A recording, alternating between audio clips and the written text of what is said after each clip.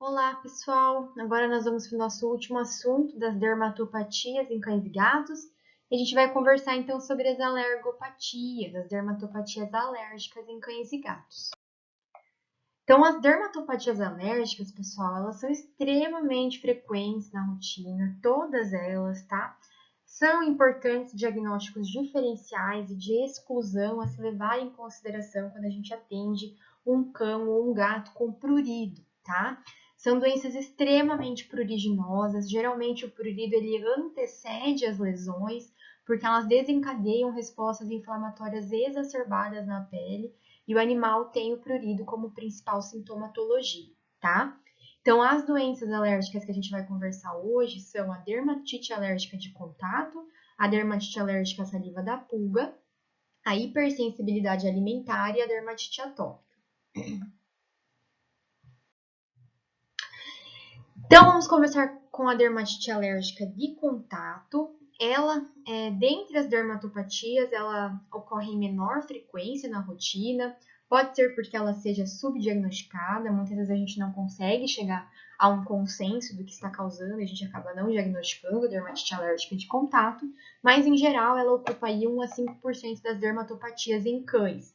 E em gatos ela é extremamente rara, pessoal, porque o gato ele tem a característica de ser mais seletivo, né? Então ele não entra em contato com produtos que cheiram forte, que cheiram mal, diferente do cão, que é mais curioso. Então o cão ele acaba sendo mais propenso a desenvolver as alergias de contato, tá? Ela envolve uma hipersensibilidade do tipo 1 aguda ou do tipo 4 tardia. Então, por exemplo, entrou em contato com um tóxico de forma super aguda, já desenvolveu a dermatite alérgica, ou ele demora um tempo, ou então na próxima vez que ele entrar em contato, que ele vai exacerbar os sinais, tá bom? Ela não tem predileção sexual ou de faixa etária, mas ela normalmente ocorre em animais acima de 2 anos, tá? E daí a gente tem aqui as diferenciações entre os irritantes e os alérgicos, né? Então, pessoal, a gente pode ter a dermatite alérgica, né? Então, ela pode ser imunomediada, por alergia a produtos, como, por exemplo, shampoos, limpadores auriculares, sprays, medicamentos, como policidas spot-ons, coleiras antipulgas e produtos de limpeza em geral. Ou então a gente tem a dermatite de contato por um irritante primário, né? Então, por exemplo, o contato com algum ácido muito forte, né? Sabão, detergente, solvente ou outros, tá?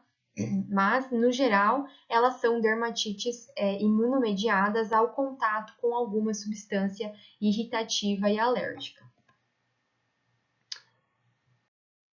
A apresentação clínica, pessoal, ela envolve a presença de muito eritema, então a região que teve o contato com o tóxico fica muito eritematosa, com presença de muita inflamação, máculas, pápulas, pústulas, alopecia traumática, porque o animal se coça muito, e ela é muito pruriginosa. E ela envolve a sua presença principalmente em regiões de abdômen ventral, inguinal, né? Ventral de membros, né? Membro torácico, membro pélvico, região mentoniana, pescoço ventral, ou seja, principalmente aonde o animal vai ter o maior contato com a substância irritativa. Por exemplo, ele deitou num chão onde tinha quiboa, né? Então as lesões vão ser mais na região ventral, tá? E as lesões elas costumam ser mais generalizadas também. Então, por exemplo, ocupar todo o ventre do animal. Com relação ao diagnóstico, para a gente chegar a um diagnóstico mais certeiro da dermatite aguda de contato, é importante a gente ter uma anamnese bem detalhada, tá? Então a gente precisa saber tudo que pode ter acontecido nesse ambiente, pensando em alguma coisa que pode ter provocado essa alergia. Então, perguntar sobre o ambiente em que ele vive, se ele tem contato com grama, terra, chão, né? Às vezes, animais eles podem ter alergias à grama ou a algum pólen presente na grama. Produtos de limpeza, ou então mudou o produto de limpeza, começou a utilizar um outro tipo, uma outra linha, se teve contato com algum medicamento, tudo, tá? Então tem que procurar o que pode ter causado. A gente pode também realizar a exposição provocada, né? Então, se você chegar a um consenso de um possível alérgico, alérgeno, você evita esse possível alérgeno durante 7 a 14 dias e depois desse período você expõe a um alérgeno de cada vez, né? Por exemplo, eu tô suspeitando que seja o shampoo do banho do pet shop, o produto de limpeza que eu comprei ou então o sabão que eu usei para lavar a caminha dele, né? Então você vai expondo ele a um alérgeno por vez e dependendo do alérgeno vai ter exacerbação em 48 a 72 horas, tá? Não é tão comum a gente realizar a exposição provocada, normalmente a gente chega à conclusão só com os detalhes de anamnese e de exame físico, tá? E naqueles casos que são mais recorrentes, as dermatites, e você não consegue identificar o que está causando, você pode investir nos testes epicutâneos, tá? Que é conhecido como PET test. Então, ele vem aqui nesses bloquinhos, né? Então, cada adesivinho desse corresponde a um possível alérgeno, tá? E daí a gente faz, né, uma região de tricotomia na pele do animal e implanta esse adesivo e deixa esse adesivo por um tempo no animal. E depois você tira, você vai ver o local onde estava o possível alérgeno, vai ficar um eritema, uma pápula ou uma mácula, tá? E daí você consegue chegar à conclusão do que está causando. Esse teste é um pouco caro, ele não é tão acessível, não é todo lugar que faça, tá? Mas, pessoal, na maioria das vezes, o diagnóstico é um diagnóstico de exclusão. Então, você vai excluir qualquer outra causa de dermatopatia, né? E chegar, então, ao consenso da dermatite aguda. O tratamento é, então, a base dele evitar ou retirar o alérgeno quando possível, né? E a utilização principalmente de corticoides, porque é uma lesão que causa muita inflamação e muita coceira, né? Então, o uso de anti-inflamatórios tópicos 2 vezes ao dia são excelentes. Então, a gente tem várias opções, a gente pode mandar manipular também. O que eu mais gosto é a hidrocortisona, né? Em casos em que o prurido é muito intenso, podemos tentar, então, a utilização de anti-inflamatório esteroidal sistêmico, com o uso da prednisona por no máximo 7 dias, e naqueles casos mais recorrentes, com cunho imunomediado, né, a gente pode tentar então o uso de imunomoduladores, tá? Tanto tópicos como sistêmicos, mas na maioria das vezes a gente consegue controlar com o tratamento tópico com corticoide. E claro, né, sempre tratar piodermite secundária. Então, lembre que a gente conversou na nossa aula de piodermite, que qualquer doença alérgica pode causar, então, a infecção secundária, e isso vai causar mais prurido e mais lesão ainda. Então, a gente precisa controlar. Então, se tiver indícios de piodermite associada, como, por exemplo, pústulas, crostas, colaretes epidérmicos, precisa tratar, né? Incluir um antibiótico na sua terapia. A dermatite alérgica à saliva da pulga, sim, pessoal, ela é muito comum, tá? É um dos distúrbios alérgicos mais comuns em cães, mais ainda do que a atopia, e ela acomete principalmente cães de meia idade que têm um histórico de ter o contato com pulgas, tá? Então, o que acontece? Também é uma reação de hipersensibilidade do tipo 1 ou do tipo 4, e ela é desencadeada pela saliva da pulga. Então, a saliva da pulga, pessoal, ela tem aproximadamente 15 antígenos já conhecidos, né? Então, se o animal for propenso, ele vai desenvolver alguma alergia a essa picada em algum momento da sua vida, ou de forma muito aguda ou tardia, tá? Então, ela é particularmente importante porque o ciclo da pulga varia, né? Então, a pulga, ela faz o repasso sanguíneo no animal, mas ela põe os seus ovos no ambiente. Então, às vezes, a pulga pica o cão e sai, né, do corpo dele para repor seus ovos, e o animal apresenta então a reação alérgica e na hora que você for examinar você não encontra pulga, né? Mas a gente não pode descartar, sempre precisa perguntar para o tutor se tem pulga, se ele já teve pulga ou se tem pulga no ambiente, tá bom? E é uma doença também extremamente pruriginosa por conta dessa reação de hipersensibilidade que a pulga causa. As lesões clínicas muito características da DASP são presença de muito prurido, alopecia ou rarefação pilosa e essa hiperqueratose ou lignificação bem aqui na região lombosacra dorsal, né? principalmente aqui em região de base da cauda, também pode ser aqui em região caudo-medial dos membros pélvicos, mas também a gente pode ter presença de lesão também em pescoço ou axilas ventral, tá? Mas essa daqui é a característica clínica mais comum da DASP. Isso porque a pulga, ela gosta de ficar nessa região do cão, é uma região mais quentinha e ela gosta de fazer o repasso sanguíneo nessas regiões, né? Em momentos mais iniciais, mais agudos, a gente tem presença de eritema intenso ao invés dessa hiperkeratose. Então, essa hiperkeratose e lignificação é esse indício, então, de cronicidade da lesão. Gatos, pessoal, é muito diferente a apresentação clínica, tá? Então, os gatos, eles também podem desenvolver DASP, também é comum, tá? Mas os sinais clínicos e a apresentação clínica, ela difere um pouquinho das dos cães, né? Então, começa que gatos, eles não vão ficar se lambendo ou se coçando, né?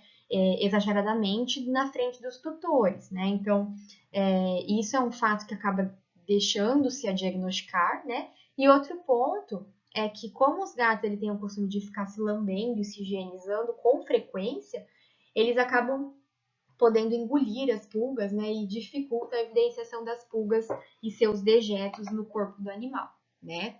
Então, a gente acaba tendo uma dificuldade de diagnóstico. E sobre a apresentação clínica, os gatos eles podem apresentar 3 padrões, né? Então, eles podem apresentar essa rarefação pilosa ou alopecia simétrica bilateral em região medial da coxa, né? Região mentoniana, com principalmente dermatite miliar, e eles também podem apresentar o complexo granulomatoso eosinofílico, tá? Como resposta imunomediada à saliva da pulga. Beleza, pessoal? Com relação ao diagnóstico, então, a anamnese e exame físico, na maioria das vezes, são suficientes, né? Então, a evidência de presença de pulgas ou de que o animal teve contato com pulgas já te ajuda bastante. E a presença, então, das lesões características, a morfologia das lesões naquelas regiões que a gente conversou anteriormente, e presença de pulgas ou das fezes da pulga no animal já é suficiente para o diagnóstico. Pode ser realizado teste intradérmico, então a gente tem a presença de um daqueles PET testes da saliva da pulga, mas na maioria das vezes o diagnóstico realmente é de exclusão ou de resposta ao tratamento, tá? Então, o tratamento é a eliminação das pulgas, tá? A eliminação das pulgas, ela não adianta ser somente no animal, ela tem que ser no animal, em todos os contactantes e no ambiente. Então, como eu comentei, a pulga, ela põe os seus ovos no ambiente. Então, se o animal tem 50 pulgas, no ambiente, provavelmente vão ter 50 mil, tá? Então, o ambiente contaminado é um fator importante de recontaminação e reindício dos sinais clínicos. Então, precisa fazer o tratamento tanto no animal como no ambiente. Então, com relação ao animal e os contactantes, a gente vai optar, então, pelos produtos, principalmente os spot-on, né? A base de fipronil, principalmente, ou os comprimidos pela via oral, como o NexGard, Simparic e o Bravecto, que tem uma eficácia muito maior, tá? E se o animal ele tiver com muito prurido, a gente pode usar, então, corticoide tópico ou sistêmico para retirar ele da crise. O animal com DASP, por conta da característica das lesões, é muito comum eles apresentarem infecções secundárias e muita seborreia associada. E isso acaba piorando muito o prurido e diminui, então, a eficácia do tratamento. Então, é interessante a gente prescrever shampoos terapêuticos para o tratamento também. E com relação ao ambiente, a gente utiliza produtos à base de deltamitrina, que é o Butox, ou Amitraz, que é o Triatox. Lembrar que são produtos tóxicos e precisa fazer um vazio de pelo menos 12 horas antes de colocar o animal de volta nesse ambiente. E claro, educar o proprietário, né, de realizar o controle de pulgas corretamente, principalmente em animais que ficam fora de casa, em quintal ou que tem acesso à rua, precisa realizar esse controle regularmente, tá bom?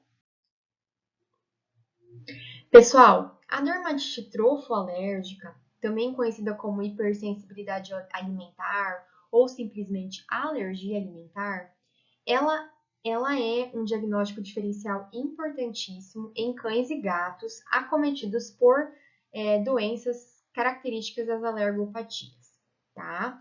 Então, ela representa uma reação adversa a alimentos de base imunológica, tá, pessoal?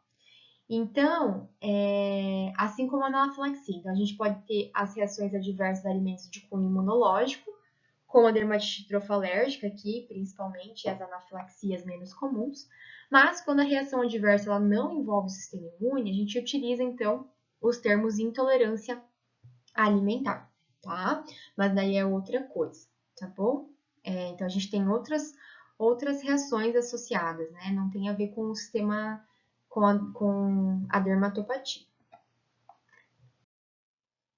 Então, o que acontece, né? A dermatite trofalérgica, apesar de ela ter uma prevalência mais baixa em relação a outras, como dermatite atópica ou dermatite alérgica à picada da pulga, muitos animais alérgicos, eles apresentam uma etiologia multifatorial, ou seja, eles são alérgicos a várias condições, né? E, inclusive, por exemplo, ao alimento, né? Então, ela acompanha outras dermatites alérgicas. Então, é importante que animais supostamente alérgicos, a gente precisa determinar se o alimento participa ou não desse quadro clínico. Então, pessoal, o que acontece, né? O sistema gastrointestinal, ele é desafiado, né? A mucosa, ele é desafiado continuamente com uma variedade de alérgenos vindos do alimento, tá? Apesar dessa exposição elevada, né? A gente precisa, eles possuem uma barreira de defesa, né? Na mucosa intestinal, composta principalmente do peristaltismo, né? Presença de enzimas digestivas e muco, a presença da imunoglobulina A e também a imunidade celular que contribuem, então, para a baixa ocorrência de alergia alimentar. Mas em alguns animais eles acabam desenvolvendo alergia a alguns tipos de proteína, tá?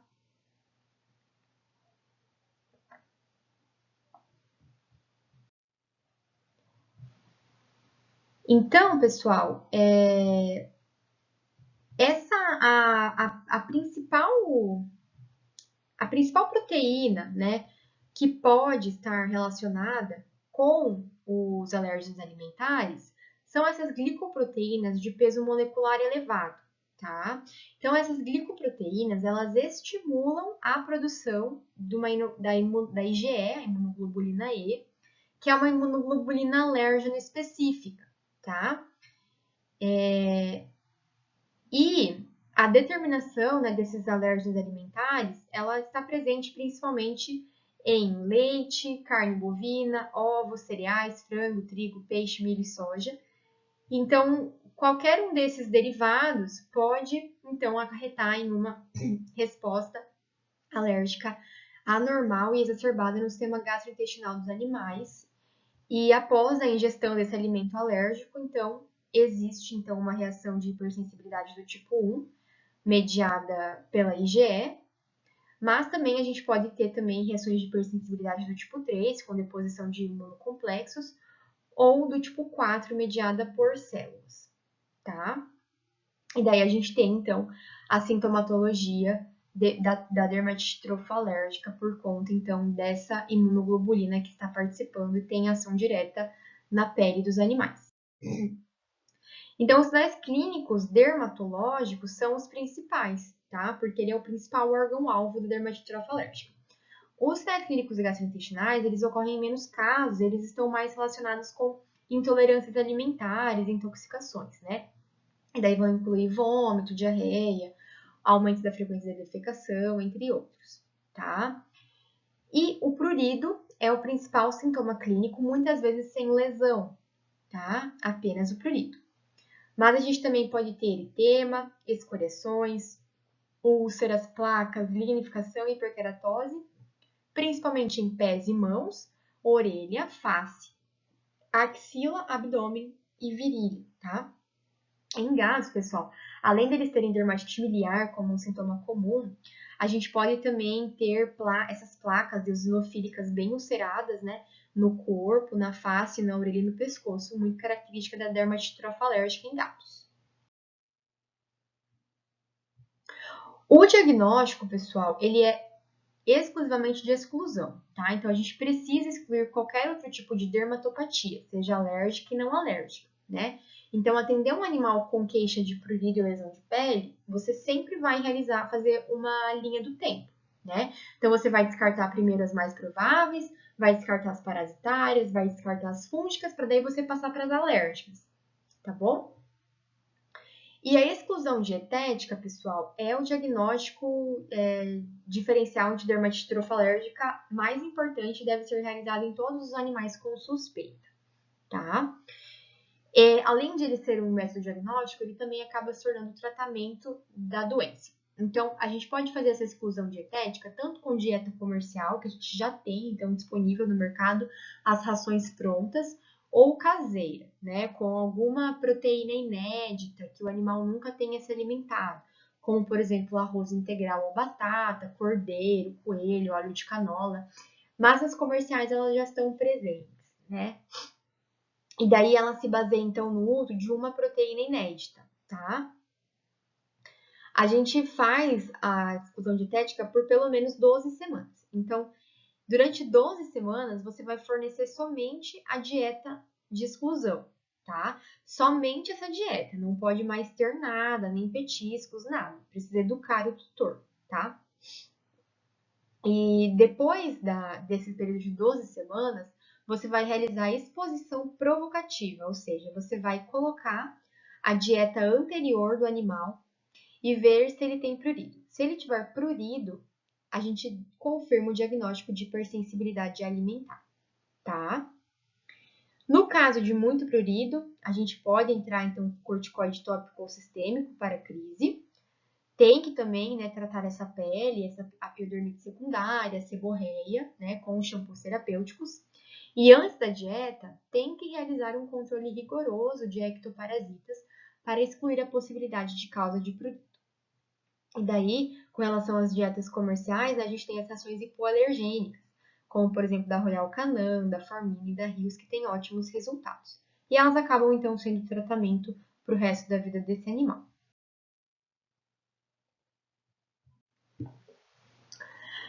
Para finalizar, vamos conversar então sobre a dermatite atópica, pessoal. A atopia é uma doença extremamente pruriginosa, que causa então um prurido muito intenso, geralmente é a primeira queixa do tutor, né? São pruridos que variam de escala 8 de 10, né? Doença crônica, então o animal ele se coça há anos, tá? De ocorrência extremamente comum e extremamente individual, pessoal, principalmente no tratamento. Então, não é uma receita de bolo, tá bom? Ela acontece devido a uma perda de barreira física da pele, tá? Essa perda de barreira física da pele vai levar a um supercrescimento microbiano e quadros disbióticos muito inflamatórios e pruriginosos que vai então causar as lesões secundárias. O que acontece para ter essa disfunção da barreira cutânea? Então, envolve fatores genéticos, né, da barreira cutânea, que acaba, então, causando essa deficiência da barreira cutânea, como, por exemplo, a deficiência das células dendríticas, que fazem a união das células, então a gente tem uma perda importante aí de barreira cutânea, além dela estar relacionada, então, com esse aumento, então, da exposição a alérgenos, né? Então, como a gente tem uma disfunção da barreira, a gente tem também um aumento da exposição de alérgenos. Os alérgenos, eles conseguem adentrar, os alérgenos, irritantes, né? Bactérias e fungos conseguem adentrar muito facilmente a pele do cão atópico.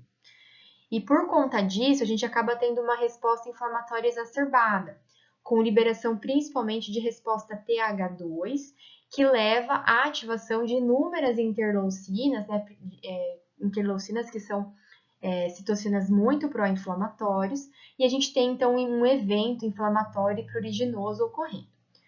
A resposta TH2 está relacionada com fases mais agudas, e quando a gente tem uma fase crônica, com exposição contínua desses agentes da barreira cutânea, a gente tem uma resposta TH1 também. Daí a pele ela fica mais lignificada, desqueratose, descamação, tá?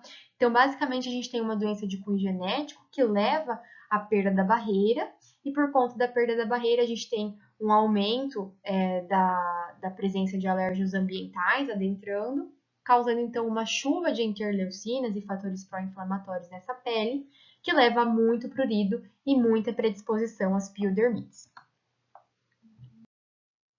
Então, ela acomete principalmente cães jovens a adultos. A gente pode ter o início dos sintomas entre 6 meses de idade a 3 anos, tá? Existe uma predisposição racial para atopia. Então, a gente tem aí os Lhasas, Goldens, Labradores, Dálmata, como sendo cães de raças predispostas. A doença ela pode ser sazonal ou não, ou seja, ela pode piorar em certas épocas do ano, quando ela está relacionada com pólen, por exemplo. Mas não tem necessidade, ela pode ocorrer durante o ano todo. E o principal sintoma é o prurido, tá? E o prurido antecede todas as lesões. Então, por conta do prurido, o animal vai apresentar lesões de autotrauma, alopecia e rarefação pilosa, eritema intenso e piodermites bacterianas e fúngicas muito frequentes. Então, aqui a gente tem peles características de animais atópicos, né? Eritema generalizado, coceira generalizada, o animal se coça por tudo, né? Região inguinal, região ventral, região dorsal, casos crônicos com presença de lignificação, hiperkeratose e presença de infecções bacterianas secundárias. Então, ela acomete principalmente região interdigital, então são animais que lambem muito as patas, mordem muito as patas. Região de focinho, perilabial, muito comum também, com muito prurido associado. Em gatos, as principais apresentações clínicas da atopia envolvem dermatite miliar, presença de placas, úlceras, granuloma eosinofílico, alopecia simétrica em região de cabeça, pescoço, abdômen ventral e região mentoniana.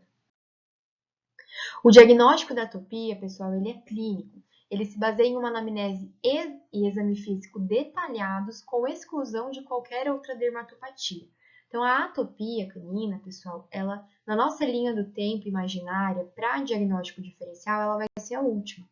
Então, o que a gente vai diferenciar? Parasitárias, fúngicas. Aí a gente vai partir para as alérgicas. Alergia de contato, alergia à saliva da pulga. Excluindo todas essas, a gente parte então para a hipersensibilidade alimentar ou a atopia. Uma exclui a outra, tá bom, pessoal? Na atopia, a gente tem a presença dos critérios de Favreau, que a gente já vai conversar, e a exclusão dietética, então, ela vai ser um diagnóstico excelente, de excelente escolha para a gente determinar se o animal ele é alérgico ao alimento ou se ele é atópico. Também existe a possibilidade de realização de teste intradérmico e teste epicutâneo, que é o PET teste, com ótima eficácia, e a biópsia, que confirma, então, essa lesão, a presença, então, da barreira celular danificada. Os critérios de Favreau, pessoal, são critérios que a gente precisa ver se o animal se enquadra, né? Se o animal apresentar 5 ou mais desses critérios, a gente tem uma sensibilidade muito alta para estar tratando de um animal atópico. Então, se o animal apresentar início dos sinais clínicos antes dos 3 anos de idade, vive em ambiente interno, tem prurido responsivo a corticoide, prurido alesional, ou seja, se coça antes de apresentar lesões, membros torácicos afetados, ouvidos afetados, margem das orelhas não afetadas e área dorso-lombar não afetada. Se o animal se encaixar em 5 ou mais desses critérios, a gente diz que ele é atópico.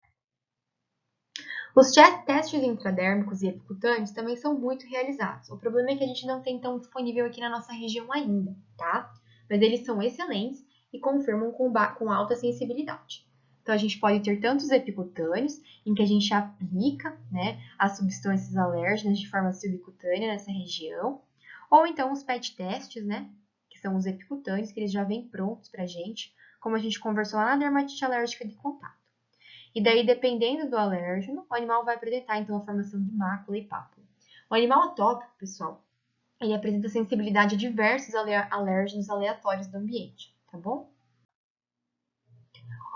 Pessoal, os pilares do tratamento do cão atópico se baseiam em um conjunto de modalidades multifuncionais para a gente tentar, então, controlar os sinais. É um tratamento extremamente individualizado, você precisa avaliar esse animal e ver o que ele está apresentando para você poder tratar da melhor forma. Precisa realizar controle de ectoparasitas, então qualquer causa secundária vai exacerbar os sintomas de atopia. Então você precisa controlar esses fatores ambientais também. Então, controle de ectoparasitas, controle das piodermites, hidratação da pele. Então, é um ponto extremamente importante. O cão atópico, ele tem perda da barreira natural da pele e com isso a gente tem uma pele muito seca. E a pele seca, ela causa mais irritação e mais prurido ainda. Controle da seborreia, terapia repositora de barreira, que vai aumentar muito a qualidade de vida desses pacientes, terapia medicamentosa imunomoduladora e o controle da hipersensibilidade alimentar com a dieta. Então, com relação ao tratamento das piodermites superficiais, a gente vai fazer, que nem a gente conversou na nossa aula, terapia tópica, né? Então, formulações à base de clorexidine, 2 a 3%, ou clorex com miconazol. A solução de mupirocina, pessoal, a 0,5% é excelente, é uma solução antibiótica que tem resultados ótimos. Cetoconazol para infecções fúngicas, né? Então, são excelentes. Você pode fazer o tratamento tanto em forma de shampoos, sprays ou mousses, tá? Em casos mais graves, a gente pode utilizar então antibiótico terapia sistêmica por pelo menos 2 a 3 semanas. O controle da disqueratose, né? Então, como eu comentei, a gente não pode dar, a gente precisa deixar essa pele o mais intacta possível, porque ela já tem uma perda de barreira, né? Então, o sulfeto de selênio vai ser o de escolha aqui para o tratamento da disqueratose no cão atópico, tá? O sulfeto de selênio, pessoal, ele é um fármaco queratomodulador, tá? Então, ele ajuda a afinar a pele, ele funciona como se fosse um peeling químico. Ele diminui a hiperqueratose, deixa essa pele mais fina e mais protegida, tá? Ela é indicada principalmente para casos crônicos e disseminados. E os hidratantes tópicos, que eu já deixei para vocês uma formulação, para deixar essa pele bem hidratada também. A terapia repositora de barreira, pessoal, é um ponto muito importante do tratamento do cão atópico, tá? Ela melhora muito a qualidade de vida do animal e ela também ajuda a restaurar a barreira de defesa cutânea da pele. Então, ela se baseia no uso de um conjunto de hidratantes, emolientes e umectantes tópicos, tá? Então, ela restabelece a barreira física epidérmica, minimiza a entrada de alérgenos e reduz a queda de pelos e eritema, tá? A gente tem aqui o mais famoso comercial, é o Allerderm Spot On. Ele vem uma caixa com algumas pipetas. O recomendado é você aplicar uma pipeta semanal durante 4 semanas, que você já consegue ter, então, uma reposição de barreira bem legal. E os imunomoduladores, pessoal, eles são sempre indicados, tá? Então, eles que vão ser o tratamento oficial da atopia, eles que regulam a resposta inflamatória da pele. Então, eles melhoram a qualidade de vida e melhoram o prurido e o controle das lesões. Os outros tópicos, eles são adjuvantes, tá? Então, o oclacitinib, ele é o primeiro conhecido, né? Ele é um inibidor da janusquinase 1. Então, ele minimiza a ação das interleucinas e da resposta TH2, diminuindo toda aquela reação inflamatória da pele. Ele tem boa eficácia, principalmente em animais com prurido primário, tá? A dose de administração é de 0,4 a 0,6 mg por quilo 2 vezes ao dia nos primeiros 15 dias e depois você mantém para CID até novas recomendações. Então, aqui o Apoquel, um comprimento via oral. Um outro mais recente é o uso de anticorpo monoclonal anti-interleucina 31, tá? Ele reduz o prurido, ele é muito eficaz na redução do prurido, tá? E ele pode ser associado com o oclacitinib. Ele se baseia na aplicação subcutânea a cada 30 dias e ele tem ótima resposta. E os imunomoduladores, pessoal, também podem ser utilizados. Então, a gente tem aí a ciclosporina, na dose de 5 mg por quilo. A gente inicia a CID por 8 semanas e a gente vai tentando espaçar a cada 48, a cada 72 horas. A ciclosporina ela tem excelente ação anti-inflamatória e antipruriginosa da pele e ela age tanto contra TH1 contra TH2. Então, ela é muito eficaz em casos crônicos também. O único problema da ciclosporina é que ela demora a fazer efeito. Então, a gente precisa adicionar um corticoide inicial para diminuir as crises até a ciclosporina fazer efeito. Então, a gente inicia o tratamento com a ciclosporina e inicia junto a prednisolona. A gente faz a prednisolona CID por 15 dias e depois a gente faz a redução gradual até manter somente a ciclosporina. Lembrando que esses imunomoduladores, pessoal, eles têm máxima eficácia quando a pele está hidratada e sem desbiose. Então, não adianta a gente só entrar com esses tratamentos. Além de que o tutor ele não vai aderir assim logo de cara, porque são tratamentos caros, né, e são tratamentos prolongados, ele não vai ter vai ter pouquíssima eficácia se o animal está com muita piodermite, com a pele muito seca. Então, aqueles pilares que eu conversei anteriormente são muito importantes. Então, como considerações finais das dermatopatias alérgicas, pessoais, a gente viu que os sinais clínicos são muito parecidos, né? Então, eles envolvem principalmente prurido e eritema e daí piodermite secundária. Então, é importante a gente seguir aquela linha de raciocínio de diagnóstico de exclusão toda vez que a gente se deparar com um caso de dermatopatia na nossa frente. Quando a gente atende um animal com suspeita de dermatopatia, é uma chuva de informação. Geralmente é um animal que tem as lesões de pele crônica, que o tutor já tentou inúmeros tratamentos, já levou a inúmeros outros veterinários e nada resolve, tá? Quando chega para você, normalmente o animal ele já chega com fases muito avançadas, né, muito crônicas, lesões crônicas, que às vezes é até difícil você diagnosticar, né? Então, pessoal, é importante a gente sempre fazer esse diagnóstico de exclusão e orientar o proprietário que as dermatopatias, elas são realmente exclusão. Começa com as dermatites parasitárias, né? Realiza um raspado, realiza o parasitológico da pele, faz uma histologia fúngica, né? Aproveita. Descarta a dermatite de contato, dermatite à saliva da pulga. E daí depois você parte para hipersensibilidade alimentar e atopia e você faz a dieta de exclusão para tentar chegar a um diagnóstico conclusivo, tá?